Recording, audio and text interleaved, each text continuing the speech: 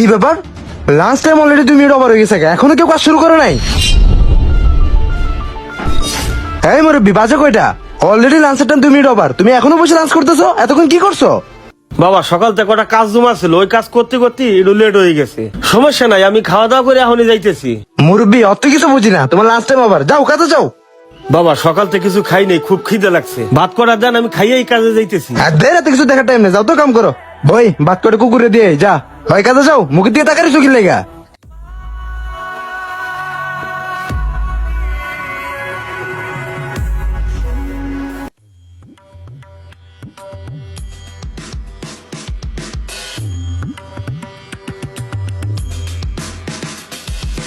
যাই স্যারের কাছে যাই, ছুটি নিয়ে আসি।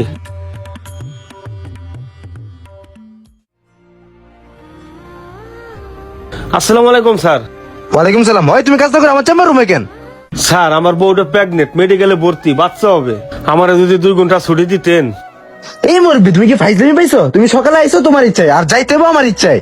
এখন 5টা পর্যন্ত ডিউটি করে তারপর তোমার যাইতে হইব। এখন তোমার বউ কি বাঁচবো নাকি মরলো, অত কিছু দেখার টাইম আমার নাই। যাও কাজ করো। স্যার আমার বউটা খুবই অসুস্থ, আমি যাবো আর আসবো। এই চাচা, তুমি কি বাংলা ভাষা বুঝো না? তোমার যাইতেও কইছি না, যাও। ঠিক আছে স্যার। আরে শিমুল সাহেব,